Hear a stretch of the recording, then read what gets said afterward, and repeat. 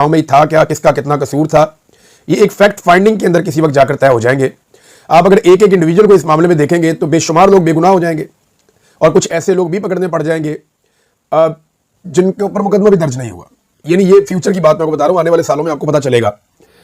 अब मामला ये है कि पाकिस्तान तहरीक इंसाफ के कुछ एमएनएज हैं, मुबैना तौर पर उनके खिलाफ 9 मई के मुकदमात का फैसला किया जाएगा और उन्हें नाअहल कर दिया जाएगा। ये इस्लामाबाद में खबर है। दावा यह किया जा रहा है कि उनकी जगह अपने बंदे लाए जाएंगे, असेंबली के अंदर अक्सरियत पैदा की जाएगी और फिर से एक और आईनी तरमीम की जाएगी और कुछ वो काम जो अधूरे रह गए हैं उन कामों को मुकम्मल किया जाएगा। लेकिन क्या ये हो सकता है? देखिए, इस हुकूमत ने प्लान तो बहुत सारी चीज़ें की हैं, बहुत सारी इनकी चीज़ें कामयाब भी हो गई, बहुत सारी चीज़ें नाकाम भी हो गई। पाकिस्तान की एस्टेब्लिशमेंट ने जो एक बड़ी जिद पकड़ी है वो ये है कि पाकिस्तान तहरीक इंसाफ की जो मखसूस नशस्तें हैं वो पाकिस्तान तहरीक इंसाफ को नहीं देनी। यानी मैं ये सोच रहा था कि एक सादा से इदारे में बैठने वाला एक आदमी जिसका कानून और इंसाफ से कोई ताल्लुक नहीं है, जिसकी ज़िंदगी में उसकी कोई जुडिशल स्टडीज़ नहीं है, उसने ये कैसे फ़ैसला कर लिया, या उन लोगों ने या कुछ चंद लोगों ने ये कैसे फ़ैसला कर लिया कि मखसूस नशस्तों पर पाकिस्तान तहरीक इंसाफ का हक़ नहीं है, जबकि सुप्रीम कोर्ट ऑफ पाकिस्तान के फुल कोर्ट की अक्सरियत ने यह फैसला किया कि ये सीटें दी जाएंगी पाकिस्तान तहरीक इंसाफ को।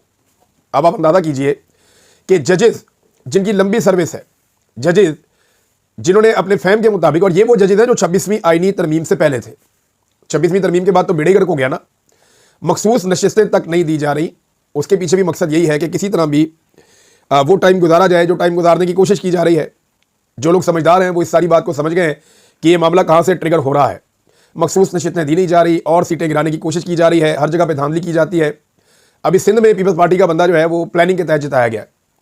अगर पीपल्स पार्टी का बंदा सिंध में हार जाता तो पीपल्स पार्टी खाइफ हो जाती और एस्टेब्लिशमेंट इस वक्त पीपल्स पार्टी को नाराज़ करना नहीं चाहती, लिहाजा उनका बंदा जितवाया गया। जो उनका दिल किया वो उन्होंने वहाँ किया है। अगर फ्री एंड फेयर इलेक्शन हो तो वो वहाँ से इलेक्शन नहीं जीत सकते। दूसरी जानब नाज़रीन, पाकिस्तान तहरीक इंसाफ की क़यादत इमरान खान से मुलाकातों की सर तोड़ कोशिशें कर रही है। कभी अदालत में जाते हैं, कभी जेल जाते हैं, कभी जाके दरख्वास्त देते हैं, कभी नामों की फहरिस्त जमा करवाते हैं। अभी एक और लिस्ट जमा करवाई है कल होने वाली मुलाकातों के लिए, और इसमें उमर अयूब साहब इस्लामाबाद हाई कोर्ट भी गए और वहाँ जाके उन्होंने एक स्टेटमेंट दिया। ये बड़ा इंटरेस्टिंग स्टेटमेंट है, स्टेटमेंट मैं आपके सामने रखता हूँ उमर अयूब साहब का। और उन्होंने कहा जी, हम फैसला लेकर जाते हैं ना जब अडियाला जेल में, यानी इस्लामाबाद हाई कोर्ट के 3 रुकनी बेंच का ऑर्डर जब हम पुलिस को दिखाते हैं तो वो कहते हैं कि हम कोई ऑर्डर नहीं मानते, हम ऑर्डर मानते हैं तो स्टाफ कॉलेज फेल कर्नल का, ये इंटेलिजेंस एजेंसी का कर्नल है जो बैठा है जेल के अंदर, ये उन्होंने कहा, जो अडियाला जेल में इंटेलिजेंस का है बंदा, अब हम उसका ऑर्डर मानते हैं, हम अदालत का ऑर्डर नहीं मानते। ये जो पुलिस है वो इन्हें बताती है, उमर अयूब साहब ने कहा। फिर उमर अयूब साहब ने चैलेंज किया, जनाब ये बात मीडिया चला नहीं सकेगा। मैं आपको चैलेंज करता हूं कि आप ये बात मीडिया पे नहीं चला सकेंगे। तो इसीलिए लोग अब मीडिया पे भरोसा ही नहीं करते, क्योंकि वो सारा मौक़िफ़ नहीं दे सकता, तो लोग अब भरोसा करते हैं सोशल मीडिया पे, जहाँ पे ये सारी चीज़ें सबूतों के साथ आ जाती हैं। बहरहाल इमरान खान साहब के साथी सरतोड़ कोशिशें कर रहे हैं कि इमरान खान साहब से उनकी मुलाकात हो। अब जो नाम दिए गए उनमें सलमान अकरम राजा साहब, नियाज़ुल्लाह नियाज़ी साहब, समीर खोसा साहब, फैसल मलिक साहब, नईम हैदर पंजूता साहब और ज़हीर अब्बास साहब। 3 लोगों के बारे में तो मैं जानता हूँ, ये किसी सूरत मिलने नहीं दिया जाएगा, अगर तो पॉलिसी वही चल रही है तो। बहरहाल देखते हैं, क्योंकि अदालत की तरफ से तो कोई इंसाफ मिल नहीं रहा और तहरीक इंसाफ अपने तमाम दरवाजे खटखटा रही है। आखिरी रास्ता यह है कि लोग सड़कों पर आ जाएँ। इमरान खान की फैमिली जो है ना वो ज़्यादा बेहतर अंदाज में प्रोटेस्ट कर रही है। हम ये देख रहे हैं कि वो जाते हैं, उन्हें नहीं मिलने दिया जाता, वहाँ धरना देते हैं, पुलिस उन्हें गिरफ्तार कर लेती है, फिर वीराने में छोड़ के आ जाती है। लेकिन पाकिस्तान तहरीक इंसाफ की क़यादत ऐसा नहीं करती, वो धरना बरना नहीं देते, वहाँ पे बैठते नहीं हैं, बल्कि वो फिर वापस चले जाते हैं। अपनी अपनी स्ट्रेटजी है। तो फैमिली भी कोशिश करेगी इमरान खान साहब से मिलने के लिए कल। अब ये मुलाकात होती है या नहीं होती ये एक अलग बात है, लेकिन साहबजादा हामिद रज़ा साहब ने एक बड़ा दावा किया है और एक बड़ा सवाल उठाया है। ये दोनों मैं आपके सामने रख देता हूँ। उन्होंने कहा कि इमरान खान से डील के लिए तरले और मिन्नतें की जा रही हैं, यानी इमरान खान से डील मांग रहे हैं और डील के लिए तरले किए जा रहे हैं, मिन्नतें की जा रही हैं, लेकिन इमरान खान मान नहीं रहा। अगर इमरान खान ने मुझे इजाज़त दी तो फिर मैं बताऊंगा कि किस किस ने जेल में जाकर इमरान खान साहब के तरले और मिन्नतें किए हैं। ये साहबजादा हामिद रज़ा साहब ने कहा। एक और बात उन्होंने कही, और ये मिलिट्री एस्टेब्लिशमेंट के बारे में उन्होंने बात कही कि हमें तो बताया था कि हमारे मिसाइल की रेंज तिल बैब है, ये इसराइल का शहर है वहाँ पे तिल बैब, हमें तो बताया गया था कि हमारे मिसाइल की रेंज वहाँ तक है और हमारे जहाज़ इतनी देर में इसराइल पहुँच सकते हैं। तो क्या आज हमारे मिसाइल की बैटरी एक्सपायर हो गई है या लॉन्चिंग पैड ख़राब हो गए हैं? ये क्योंकि देखिए पाकिस्तान की एस्टेब्लिशमेंट ने पाकिस्तानियों को बड़े लंबे अरसे तक चूना लगाया कि हम कश्मीर आज़ाद करवाएंगे, आप बेफिक्र हो जाएं, कोई मसला नहीं है, कारगिल आज़ाद करवा लेंगे, कश्मीर आज़ाद करवा लेंगे। एक चूना लगाया कि हम खालिस्तान बना देंगे जो पाकिस्तान और इंडिया के बीच में एक बफर जोन बन जाएगा और पाकिस्तान बड़ा महफूज मुल्क हो जाएगा। कुछ लोग ये भी कहते रहे कि बांग्लादेश भी एक दिन आएगा, वापस आ जाएगा। ये एस्टेब्लिशमेंट ने पाकिस्तान को बार बार पाकिस्तानियों को चूना लगाया।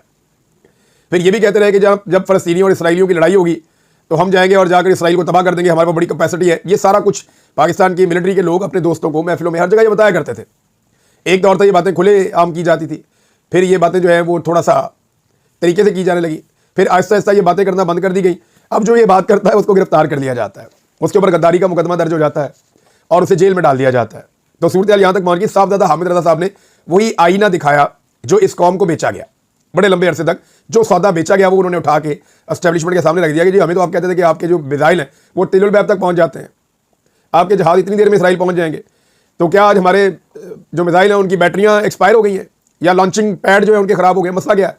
तो ये उन्होंने सवाल उठाया और लोग सवाल उठा रहे हैं, जगह जगह पे उठा रहे हैं, क्योंकि इस कौम को इतना बेवकूफ़ बनाया गया, इतना बेवकूफ़ बनाया गया और हम सब उसमें शामिल हैं। हम सबकी आंखों के ऊपर एक पट्टी बांधी गई थी और वो हुब्बुल वतनी के नाम के ऊपर बांधी गई थी। हमें लगता था कि हुब्बुल वतनी ये है कि आपने गुलामी करनी है, फिर हमें वक्त समझ आया नहीं, वो हुब्बुल वतनी नहीं, वो तो बेवकूफ़ी है। हमें तो हुब्बुल वतनी के नाम पे चूना लगाया गया, लूटा गया हमेशा। हुब्बुल वतनी के नाम के ऊपर सारे वसाइल पे कब्जा कर लिया गया। हुब्बुल वतनी के नाम के ऊपर हमें जो है वो फिल्में और टीवी और गाने दिखाए गए। हुब्बुल वतनी के नाम के ऊपर हमें आउट ऑफ द बॉक्स सोचने नहीं दिया गया। हुब्बुल वतनी के नाम के ऊपर हमें जाली मुताला पाकिस्तान पढ़ा दिया पकड़ के पूरी कौम को। लेकिन अब इमरान खान साहब जो असली मुताला पाकिस्तान है वो कौम को पढ़ा रहे हैं। नाज़रीन, मादनियात बिल के हवाले से एस्टेब्लिशमेंट के एक बड़े तगड़े खिलाड़ी हैं फैसल वावडा साहब, और वो खुद भी कहते हैं कि उनका ताल्लुक उस कबीले से है और सब जानते भी हैं कि वो कहाँ से बोलते हैं, किसके लिए बोलते हैं। उनका टाकरा हो गया इमरान खान साहब के एक खिलाड़ी जुनैद अकबर से।